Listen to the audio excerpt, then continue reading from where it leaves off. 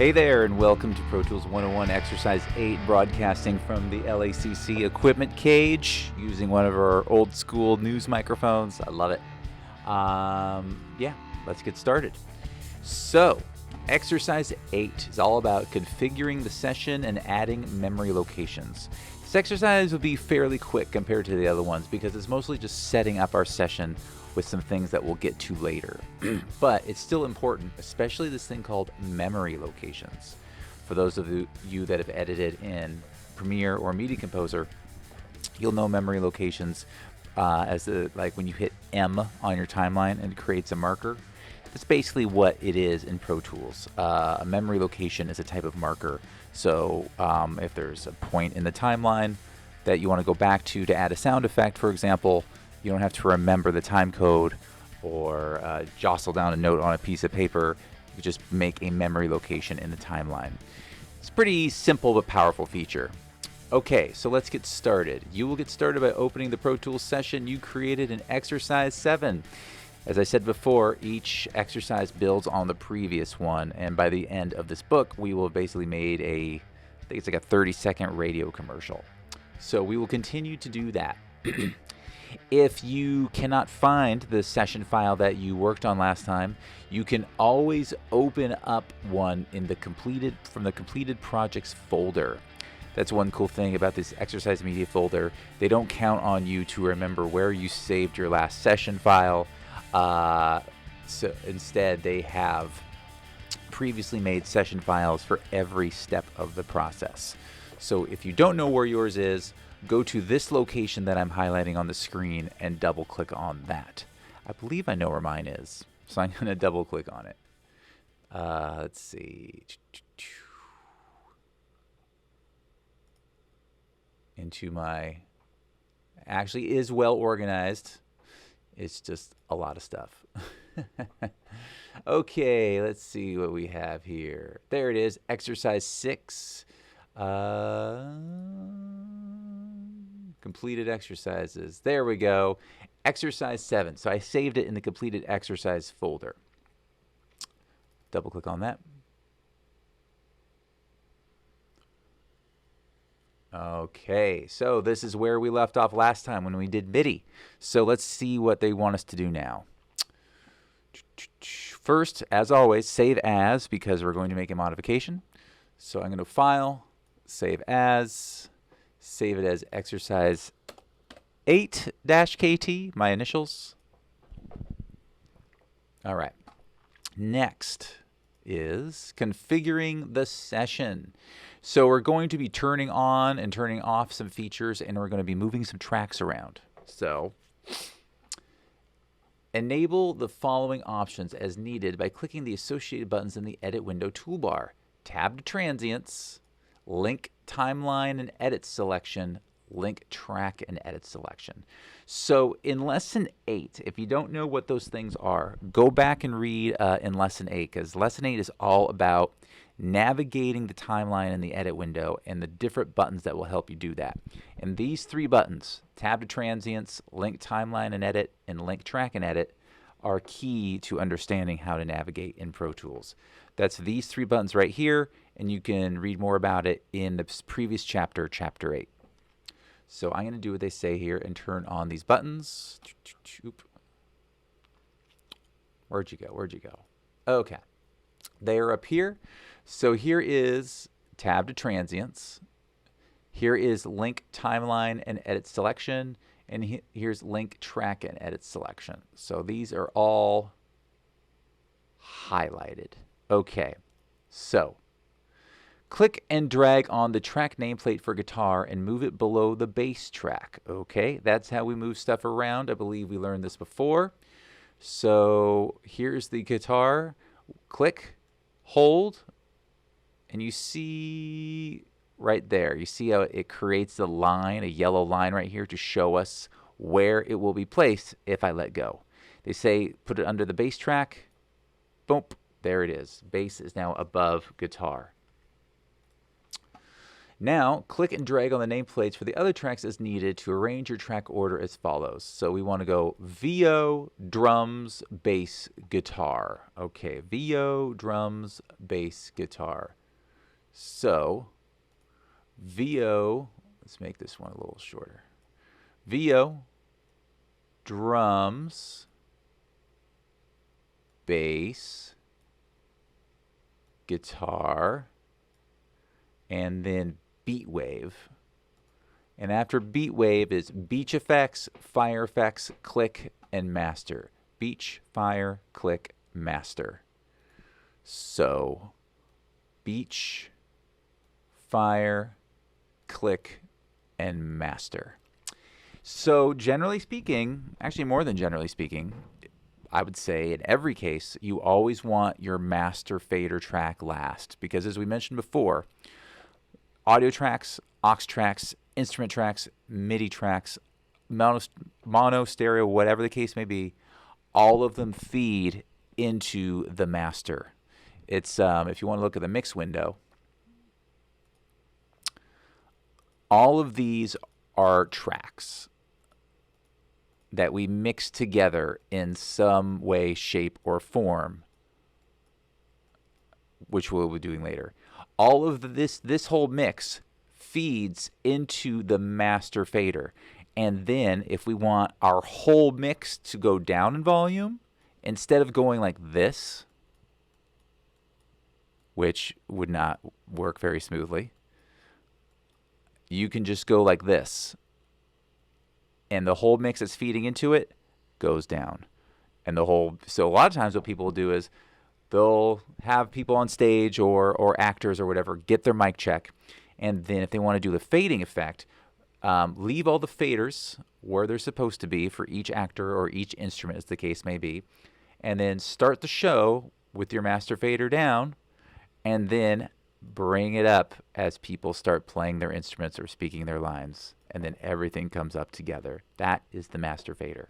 But that's a sneak preview.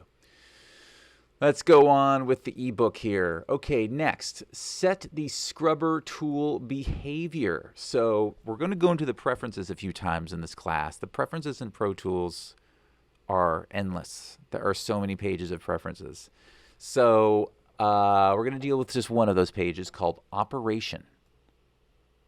So what we want to do is we want to go to Setup, Preferences, go into the Operation tab, and enable Edit Insertion follows Scrub Shuttle. Edit Insertion follows Scrub Shuttle. We want to enable that. So let's do that.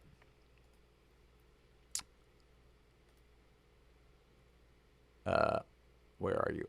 Setup, Preferences, Operation. As you can see, there's a lot of tabs here and a lot of stuff. So we want Edit Insertion follows Scrub Shuttle. It does not have these two things checked off, so I will go ahead and uncheck them just so it matches. Okay. And then I'll hit OK. So what this is going to do is we're going to be playing with the scrubber tool.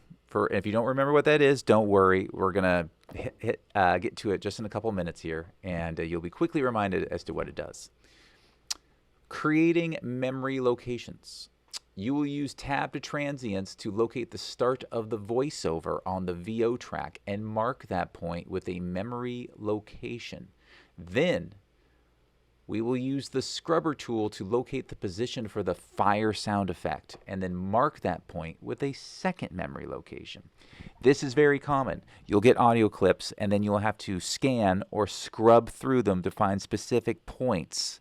And what you can do is you can mark those points as memory locations. That way later on, when you're doing a mix, you can go back to those memory locations and read the notes that you wrote yourself. It's like writing a note for yourself that is meant to be read at a later date so you don't forget something important. That's what you're doing with the memory location. So View rules markers to display marker rulers if not already shown. Select VO by clicking on the track nameplate. Okay. View rulers. Markers is already selected on mine. See the check mark there? If it's not on yours, go ahead and select it. Where is it? It is, let's see, right here. This area, as we mentioned in previous exercises, this is our rulers area. We've got all sorts of rulers we can look at. A tempo ruler, a key signature ruler, a markers ruler, a tempo ruler. We could turn them on or off. We're going to keep tempo on right now because we had it on last time, and generally we want to keep it on, especially if it's a music project like this is. Here is markers. As you can see, there's nothing there. But if you look right here, there's a little plus. And when you put your mouse over it, it says add marker memory location. So if my cursor or selector is, say, like right here, and I hit the plus button, it adds a memory location at that point. I'm going to cancel because I'm going to do it the way they want me to do it in the ebook. Select the VO track by clicking on the track nameplate. Press return to the start of the track, to go back to 0. Okay, we'll do that. So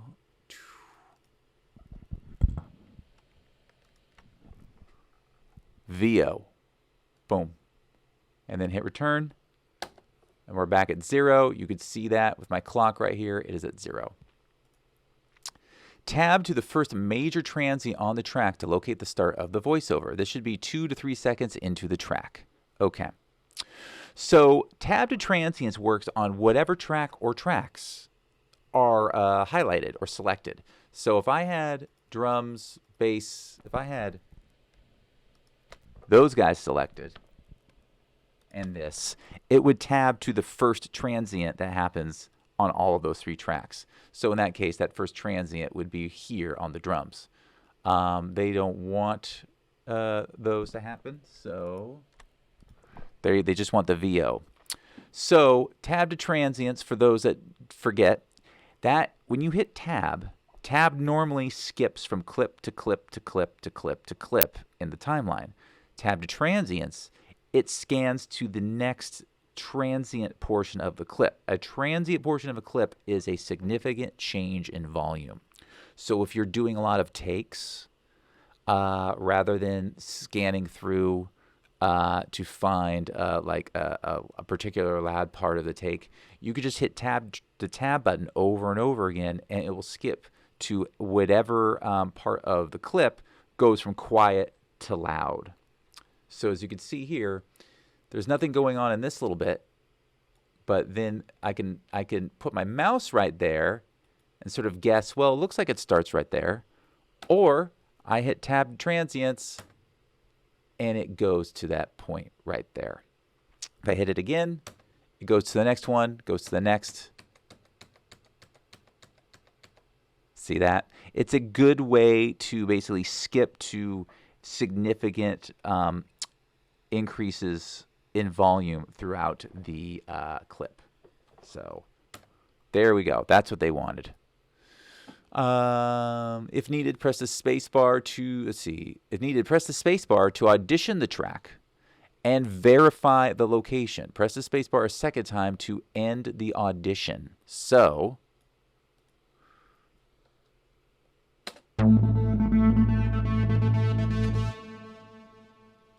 all right. Now you see the cursor stopped right there. What I could do is, we learned about this before, if you go up to options and turn off insertion follows playback, watch what happens.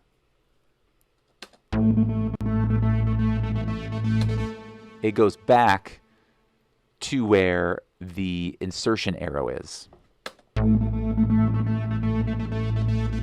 So if you want to play a certain part over and over again, it's easy to keep insertion follows playback off, because what that does is it keeps the insertion from following the playback. So I'm playing back, and then when I stop, instead instead of putting the insertion arrow where I stopped it, it's not following the playback.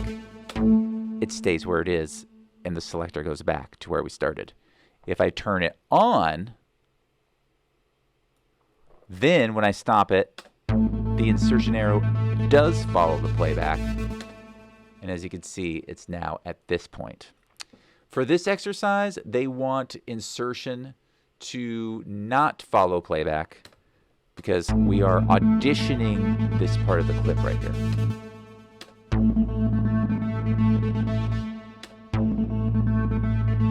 All right, it sounds like what they want us to hear. So let's see here. Okay, click the plus sign at the head of the marker's ruler on the numeric, or press Enter on the numeric keypad to display the new memory location dialog box. In the box, change the marker name to VO Start and click OK. So our selector is here because of tab to transients. Markers, I can hit plus, or I can hit Enter if I have a numeric keypad on my extended keyboard, which I do. There we go. And right here, new memory location. We are supposed to name it VO Start. Just like that. Let's see, what else do we do? All right, I guess that's it. Hit OK. And look, there's a marker right at that point called VO Start. So later on, if I need to do something, or like, wait, where's the voiceover start? Starts right there. Okay, mark the location for the fire effects clip. Using the scrubber tool, click and drag across the VO track around bar 6 or 7. Listen for the words "so you don't get baked by the sun." Scrub back and forth to locate the start of the word baked and release the mouse at that position. The edit cursor will be placed at the release location. Once again, make a new memory location by hitting the plus sign or Enter on the numeric keypad and name the marker Sunbake. Okay, so at about the 6th or 7th bar, we want to find the word baked and go to the very beginning of the word baked. So here's the scrubber tool, the thing that looks like a speaker. These are my bars and beats right here. So it's saying around 6 or 7. Let's zoom in a little bit. All right, there's bar 6 and bar 7, bar 6. Let's scrub through, which basically means click on top of the track you want to listen to and hold the mouse button while you scroll through the track.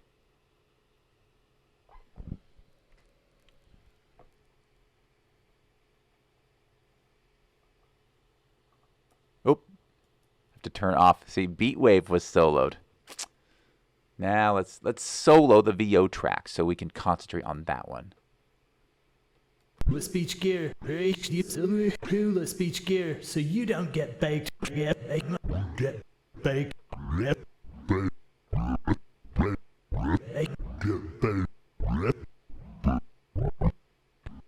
Right there. That's where B comes out. Okay, so I'll hit the plus button next to markers. Call this Sun Bake. Hit OK. And now I know that here's the VO Start and here is the Sunbake. And if you click on these markers, double click on them, you can always go in there and make comments. You know, so if I want to say, I don't like this start, you could save it that, and then, you know, a week from now or whenever it is when you come back to this to do the mix, you could say, for some reason I didn't like the way this started. I better listen to that again. So it's a good way to just sort of remind yourself of things. I'm very forgetful, so I'm thankful for that. Okay, so finishing up. So that is it for this exercise. Pretty simple, huh? To complete this exercise tutorial, you need to save your work and close the session. We will be reusing the session exercise 9, so it's important to save the work that you've done. Let's save it. Take a picture of the screen, send it to me, and you're done.